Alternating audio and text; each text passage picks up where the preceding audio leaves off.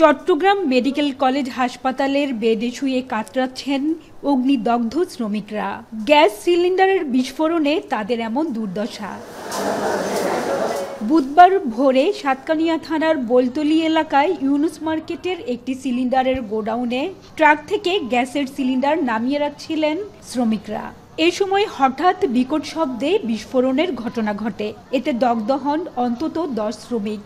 চায়ের দোকানের সামনে গিয়ে গ্যাসের দোকানে ছিল, ওই গ্যাস চায়ের দোকান থেকে একটু ছিল আগুন আসছিল, ওখানে মানে ব্লাস্ট হয়েছে আর কি।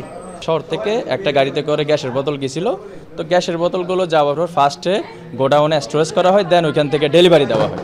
তো আসলে গাড়ি থেকে যখন মালগুলো নামায় স্টোরেজ করতেছিল, ঠিক ওই সময় আগুনের সূত্রপাত আর কি। আহতদের নেওয়া হয় চট্টগ্রাম মেডিকেল কলেজ হাসপাতালে। বিস্ফোরণে পুড়ে গেছে শ্রমিকদের শরীরের 22 থেকে 70%।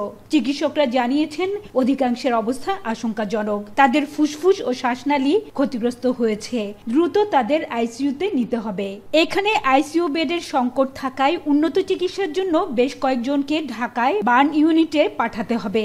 এক্ষেত্রে সব ধরনের সহযোগিতা দেওয়া হবে বলে জানিয়েছেন হাসপাতালের পরিচালক। 10টা রুগীর মানে 70% থেকে শুরু করে 20% পর্যন্ত ভিন্ন ভেরিয়েবলের আপনার রুগী আছে, কিন্তু দেখবেন যে সবার মুখ ঠোঁট এগুলো সব পুড়ে গেছে, মানে সবগুলির ইনহেলেশন ইনজুরি আছে। এখন মোটামুটি প্রাইমারিলে আমরা সব ম্যানেজ করে ফেলছি, হ্যাঁ, এবং যেসব রুগী আমাদের এখানে চিকিৎসা হবে যতটুকু সম্ভব, কেউ যদি ওদের রিলেটিভরা কেউ যদি উন্নত চিকিৎসার জন্য ইনস্টিটিউটে যেতে চায় ঢাকায়, আমরা প্রয়োজনীয় ব্যবস্থা নিব। স্থানীয়দের ধারণা সিলিন্ডার নামানোর সময় সিগারেটের আগুন থেকে এই বিস্ফোরণ ঘটতে পারে। তবে ফায়ার সার্ভিস বলছে গ্যাস সিলিন্ডারের ত্রুটি এবং অগ্নি নিরাপত্তা ব্যবস্থা বাস্তবায়ন না করায় এমন দুর্ঘটনা। সিলিন্ডারের গোডাউনে আগুন লেগেছে, সাথে সাথে আমাদের চন্দনাইশ ফায়ার স্টেশন থেকে 2টা ইউনিট ঘটনাস্থলে উপস্থিত হয়ে আনুমানিক 1 থেকে 1.5 ঘন্টার প্রচেষ্টা সম্পূর্ণ আগুনটা নিয়ন্ত্রণ করে এবং নির্বাপন করে। যতক্ষণ পর্যন্ত আমরা ফায়ার সেফটি প্ল্যান প্রণয়ন করবো না, মজুদ নীতিমালা সঠিকভাবে প্রয়োগ করবো না এবং দেখা যাচ্ছে যে ফায়ার সেফটি বাস্তবায়ন করবো না, ততক্ষণ পর্যন্ত এই ঝুঁকিগুলো থেকে যাবে। প্রাথমিকভাবে জানা গেছে গুদামটিতে 3 শতাধিক গ্যাস সিলিন্ডার ছিল।